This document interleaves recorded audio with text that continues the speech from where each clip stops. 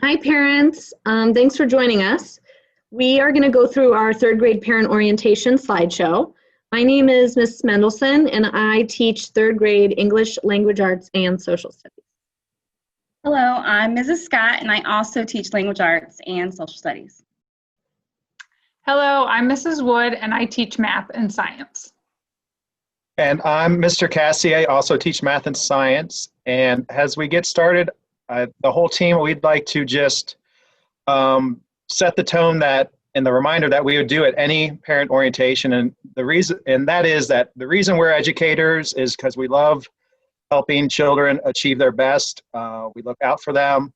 And just because we're in a different format this year, that's not going to change. So we recognize this is a definitely can be overwhelming situation right now. I just want to speak on behalf of the team and say we care for your kids. We're also excellent educators, and we want to set a high standard for achievement, but we also want to set a high standard for helping them just learn that trying their best and working through a lot of these situations. I'm trusting we'll see a lot of growth in them, and this is going to be a very good year, just a different year.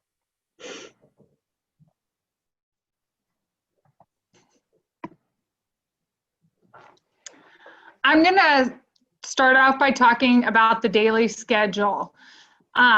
We will start our day, teachers will start our day at 7:30, and we will have office hours so that we may meet with some students during that time.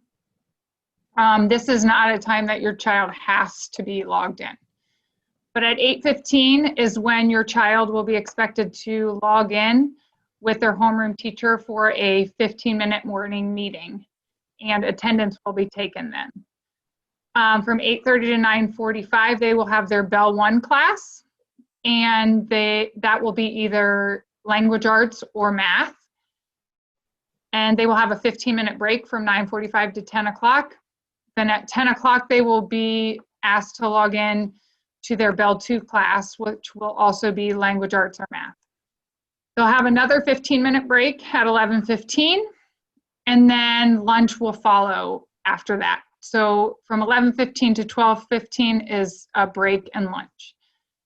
At 12:15, they'll have specials, and the special schedule you will receive. We just don't have that quite yet.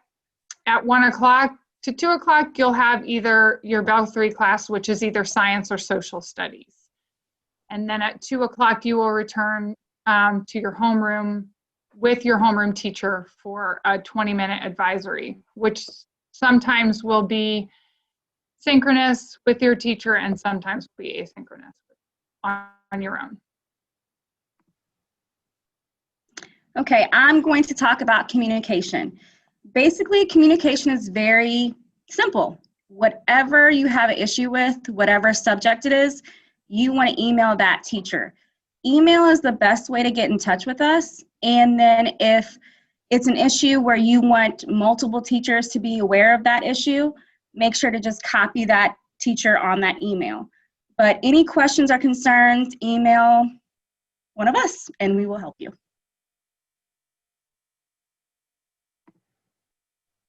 So I have a couple slides here that are talking about technology. I'm going to talk a little bit about student technology first, and then I'll go into the parents. Each student has been issued a device from the district, and it is super important that your child is both using that device and their CPS login information when they are participating in school. So it's really, really important that that happens because all of their assignments are kind of connected within the Cincinnati Public Schools network. So they need to be logged in using that information. We will provide your child's username, password, and email address to you on Monday. But this is something that they should be familiar with. I'm sure they were using them in second grade. To the side of the slide, you'll see just kind of a text box that talks a little bit about if there are issues at home that you need help with. this is who you might contact. And I'll just note that at the top of it says if you have difficulty with devices and Wi-Fi access, it gives you an email link there. So in third grade, we are going to ask that students primarily use an application called Clever. This is something they are familiar with. They've worked with Mrs. Hughes and STEAM on how to use Clever and how to log in. From Clever, they will have access to other applications that we will use regularly. And so they can use Clever to log into both Schoology, Google Meet, and Google Drive, among other applications. Schoology is where we will be communicating our weekly updates. That's where we will be assigning activities and assignments. And so that should be your child's primary source for accessing third grade assignments and work. Google Meet is what we will be using as our video conferencing tool, and that will be where your child logs in for live instruction and meetings with their teacher. Finally, Google Drive is basically kind of what we use for word processing and other applications like slides and that kind of thing. So students will likely be accessing their Google Drive, which they can do through Clever. For parents, it's really important that you have access to 2 different applications. Each parent has, or each family has their own Schoology account, and we can provide you with that access information if you do not have it available. Schoology is where you will see what we're posting to your child's Schoology page. And you will be able to see updates and work assignments. PowerSchool is where you would communicate or where you would view your child's grades, where you would view transcripts, that kind of thing. So it's super important that you have access to both of those tools.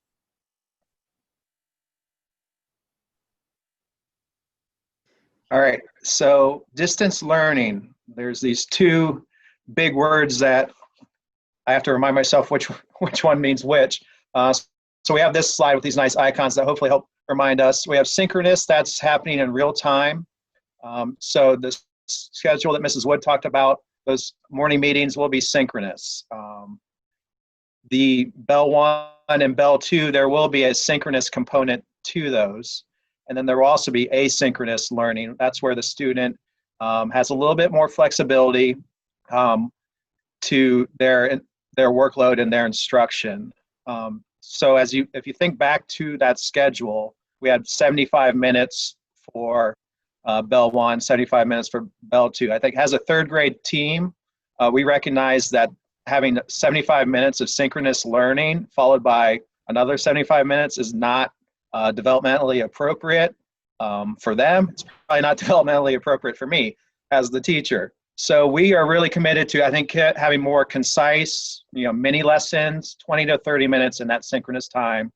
But the thing that we will provide for the student is we will keep that meeting open. So as they're working asynchronously, if they need teacher feedback or teacher input, if they have a quick question, we're still accessible during that time. However, if they need to step away, they certainly have the ability to do that. And then also within the schedule with this science and social studies, and then as Ms. Wood talked about with the advisory, we will be working on finding the right mix of synchronous and asynchronous opportunities that works best for, the overall population in our student body. Homework. Your child will be given some homework outside of their regular class time. However, this is to be used for practice and should not cause your child extra stress or any tears. So unlike in the spring when we went to distant learning, we are taking grades. It's this grading scale that's on the slide. If your child is missing an assignment or there's a question that you have about assignment, please reach out to the teacher. We encourage the students to really start to pay attention to their grades, and encourage your child to check their grades and then reach out to the teacher. That will help them be more independent and just keep them aware of their academic process. Okay, advisory, that is something the class has done in homeroom. This is an overall like district initiative, starts in 3rd grade, goes all the way through 12th. It's those same 4 goals, 3rd through 12th grade. How those goals are reached and taught are different depending on the age level. This will be a blend of definitely synchronous and asynchronous opportunities.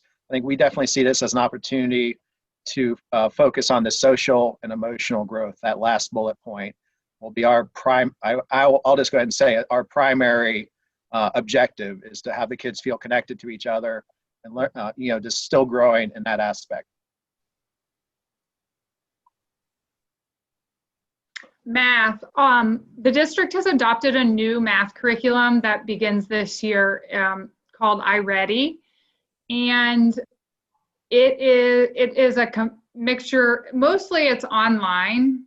We do have other components, but, and there is a workbook, but your child will be able to access online manipulatives and tools to help them with this digital learning piece.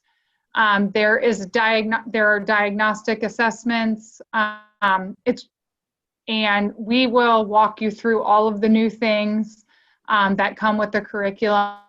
However, your child will also access this curriculum through their Clever account. There are 4 critical areas in math that we will focus on this year. The first one is understanding of multiplication and division and strategies to multiply and divide within 100. Also developing an understanding for fractions, especially unit fractions, which are those fractions that name one part of the whole. We'll focus on rectangular arrays and area and relate those to multiplication, and describe and look at the different 2-dimensional figures and shapes. I'll just add to the math piece that another thing, it's not a primary focus of 3rd grade, but there is an element of the 3-digit like addition and subtraction skills, and that is practiced a lot throughout the year. So I know as parents having kids that were distance learning the last quarter, and myself as a parent of a child that age, like concerned to make sure that any holes are in that part of their mathematical understanding. That is also a component of the 3rd grade curriculum this year.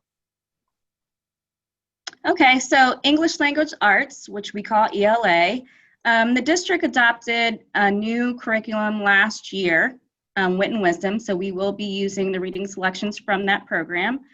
As you see on the screen, those are the 4 main focuses of ELA. It's similar to 2nd grade as far as those are concerned, but the biggest jump in 3rd grade is the writing. We focus a lot on writing. We also focus a lot on writing because they have to take the state test, and on that assessment, they're required to write an essay. So we're going to be working on essay writing and sliding into testing. 3rd graders take state testing. They also take the MAP assessment, which is something that they've taken since kindergarten. In the fall, they will take ELA and MAP tests at home. There will be more information to come with that, but just a heads up, that will still take place, and we will do it virtually. But the teacher will administer that assessment, so don't think that as a parent that's something that you're in charge of. The biggest change in state testing, or in testing, is that the students will start taking the state test, and that's called the AIR. So ELA is taken twice. As of right now, the students, their ODE, Ohio Department of Education, is saying that as of right now, the third graders will take the language arts test in the fall. Third grade is the only grade that takes a state test in the fall. The rest of the grades will take tests in the spring, as well as the math is only given in the spring. So that's the difference with third grade state testing. So if you have any testing questions, I have to, oh no. Parents, don't forget to bring your laptops back and plug them back in. I'm numbering them all, so you will be assigned a number. Thank you. Real life So- orientation. So if you have any testing questions, please feel free to reach out to me and I can answer any questions or forward them to the powers that be for those answers. So I'll just briefly cover social studies. In third grade, social studies focuses on Cincinnati. So, we have our general strands where we talk about geography, Cincinnati history, local government, and economics. This year, we're also going to be we are going to begin the school year with a racial justice unit. And this is something that the district is having all social studies teachers do K through 12. And it starts with just looking at some of the events that occurred this summer and talking a little bit about what happened and what we can do as students and teachers in our school community and in our local community. Okay, science, there's a real focus on inquiry, and they fit under these three main categories. Earth and space science with resources, both renewable and non-renewable resources. Matter and forms of energy in the physical science category, and then life science, behavior, growth, and changes.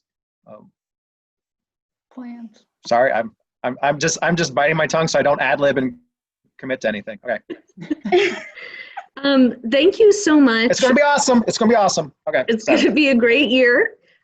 We look forward to seeing you on Google Meet.